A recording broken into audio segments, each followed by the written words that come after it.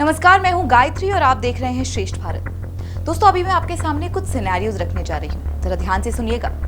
आप टीवी देख रहे हैं और टीवी देखते देखते आप रील्स चलाने लगते हैं या आप फेसबुक या ट्विटर चेक करने लगते हैं। आप किसी के साथ बैठे हैं और बात करते करते आपका ध्यान अपने फोन पे चला जाता है और आप फोन उठाकर देखने लग जाते हैं। आप एक गाने को 1 मिनट भी नहीं सुनते और दूसरे गाने पर स्विच कर जाते हैं। आप एक किताब पढ़ने की कोशिश करते हैं लेकिन एक पन्ना भी नहीं पढ़ते और दूसरी किताब उठा लेते हैं। यानी कि आपका ब्रेन किसी एक जगह पर टिक नहीं रहा है, कभी वो इधर भागता है, कभी उधर। यही वजह है कि जो काम आप कर रहे हैं धीरे धीरे आपका दिमाग वहां से हट जाता है और आप दूसरे कामों में लग जाते हैं। आप मीटिंग में हैं और आपके फोन में कुछ पॉपअप होता है, आप उसे देखते देखते दूसरी साइट्स पर चले जाते हैं एंड बाय द टाइम आप रियलाइज करते हैं कि आप क्या कर रहे हैं, आपकी मीटिंग खत्म हो चुकी होती है और आपको पता भी नहीं चलता कि आपने कितना वक्त निकाल दिया। क्या कहते हैं इसको पता है?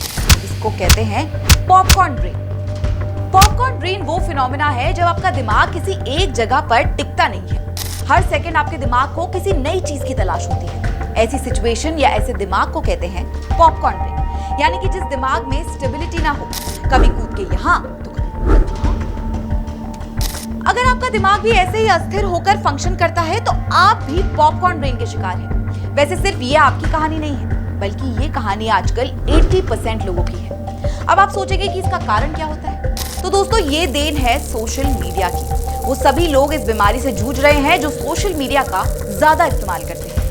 साल 2011 में वॉशिंगटन यूनिवर्सिटी के रिसर्चर डेविड लेवी ने एक मेंटल सिचुएशन के लिए पॉपकॉर्न ब्रेन शब्द का इस्तेमाल किया था, जिसका सीधा सा मतलब था कि जब किसी शख्स के विचारों में स्थिरता ना हो या उसका फोकस हिल गया हो, दिमाग एक विषय के बारे में सोचते हुए तेजी से दूसरे, फिर तीसरे और फिर चौथे विषय पर भटकने लगे, तो इसे पॉपकॉर्न ब्रेन कहते हैं। ठीक वैसे ही जैसे गर्म बर्तन में पॉपकॉर्न के दाने एक के बाद एक तेजी से कूदते और फूटते रहते हैं। साल 2003 में यूनिवर्सिटी ऑफ कैलिफोर्निया इरविन में एक स्टडी आई थी जिसमें यह बताया गया कि इंसान का average attention span 2 minute 30 second का है। वहीं 2012 में एक और स्टडी आई थी जिसके मुताबिक एवरेज अटेंशन स्पैन घटकर 75 सेकंड हो गया है। वहीं एक और लेटेस्ट रिसर्च में अब ये पाया जा रहा है कि इंसानों का अटेंशन स्पैन 75 सेकंड से घटकर 47 सेकंड तक पहुंच गया है। ह्यूमन बीइंग्स में इतने कम अटेंशन स्पैन के लिए सोशल मीडिया को ठहराया जा रहा है। सोशल मीडिया पर रील्स देखना या शॉर्ट्स देखना ये किसी भी दूसरे काम की तुलना में ज्यादा एडिक्टिव है। इससे आपके दिमाग में डोपामिन की छोटी मात्रा में बहुत बार उत्तेजन होता है, जो कि ठीक नहीं है और इस पैटर्न को रोकना बेहद मुश्किल है। डोपामिन क्या होता है, सबसे पहले इसको समझिए। डोपामिन एक हार्मोन है और एक प्रकार का न्यूरोट्रांसमीटर है जो कि आपके दिमाग में बनता है। ये अनोखा न्यूरोट्रांसमीटर आपके शरीर, आपके दिमाग और आपके व्यवहार को अफेक्ट करता है। हम कैसे खुश होते हैं, कैसे एक्साइटेड होंगे, कितना अच्छा फील करेंगे, ये हार्मोन्स उन सभी चीजों को संचालित करते हैं। जब आप कुछ ऐसा करते हैं जो आपको ज्यादा अच्छा लगता है तो आपके दिमाग में ज्यादा मात्रा में डोपामिन रिलीज होता है। सीधे शब्दों में बताएं तो ये आपके मूड से जुड़ा हुआ हार्मोन है। अगर आपके दिमाग में डोपामिन बनना बंद हो जाए तो आपको समझ नहीं आएगा कि आपको खुश होना है या दुखी। ऐसे में डोपामिन के बिना कई तरह की समस्याएं हो सकती है। अब समझिए कि ये सोशल मीडिया कैसे आपके दिमाग को अफेक्ट कर रहा है। देखिए, आपकी एक रील या शॉर्ट्स 60 सेकंड्स या 90 सेकंड्स तक के होते हैं और हर रील में कुछ अलग तरह का कंटेंट होता है।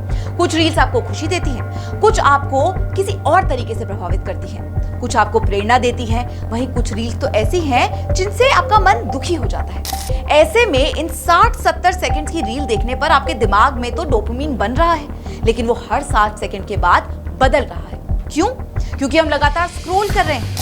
ऐसे में हमारा दिमाग समझ नहीं पाता कि कौन से हार्मोन्स जनरेट करें, कितना डोपामिन बनाए और सबसे बड़ी बात कि कितनी जल्द कितना डोपामिन बनाए।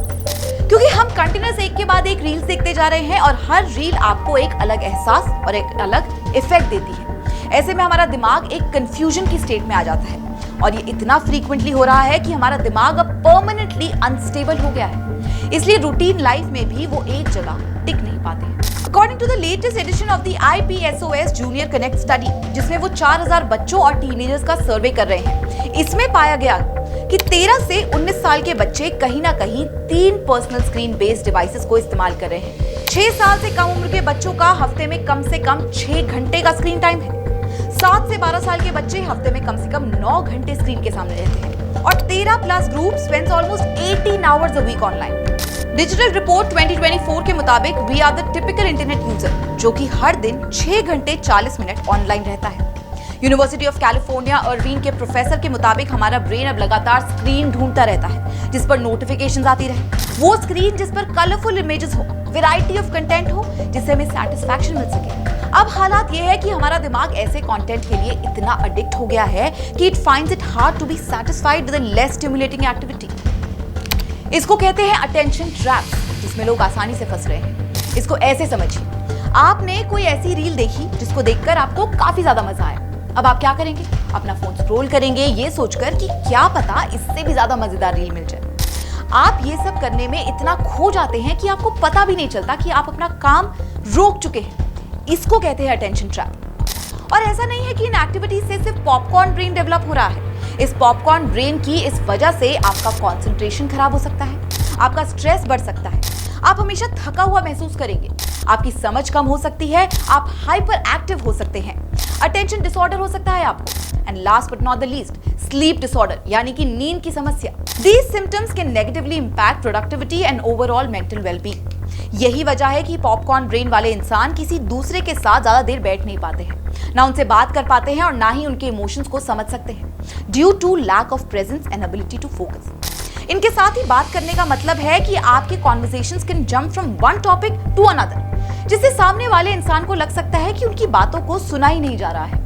तो अगर आपको इस डिसऑर्डर से बाहर निकलना है तो दिमाग को भटकने से रोकने के लिए गैर जरूरी एप्स के नोटिफिकेशंस बंद कर दें। अपने मोबाइल फोन से ये एप्स हटा ही दें। सोशल मीडिया के लिए लैपटॉप या टैबलेट जैसे वैकल्पिक डिवाइसेस का उपयोग करें। ऐसे शौक अपनाएं जिससे आपका मूड अच्छा बना रहे और सोशल मीडिया से ध्यान हटाने में मदद मिले। ऐसे बहुत सारे और टिप्स हैं जो आपको पॉपकॉर्न ब्रेन सिचुएशन से बाहर निकालने में मदद करेंगे। अरे हाँ, एक बात जरूर याद रखें, ये डिसऑर्डर मोस्टली बच्चों और युवाओं को जकड़ रहा है, इसलिए सावधान रहें। टेक सेवी बनना ठीक है, लेकिन वो टेक्नोलॉजी आपके दिमाग को काबू कर ले, ये ठीक नहीं है। एआई की दुनिया में भी ह्यूमन ब्रेन का कोई मुकाबला नहीं है दोस्तों। याद रखिएगा, इंसानी दिमाग को दुनिया की कोई भी मशीन हरा नहीं सकती। दुनिया की कोई भी ताकत आज तक इंसानी दिमाग को समझ नहीं सकी है। इसलिए अपने दिमाग को मशीन के हवाले ना करें, because brain is a muscle that can move the world.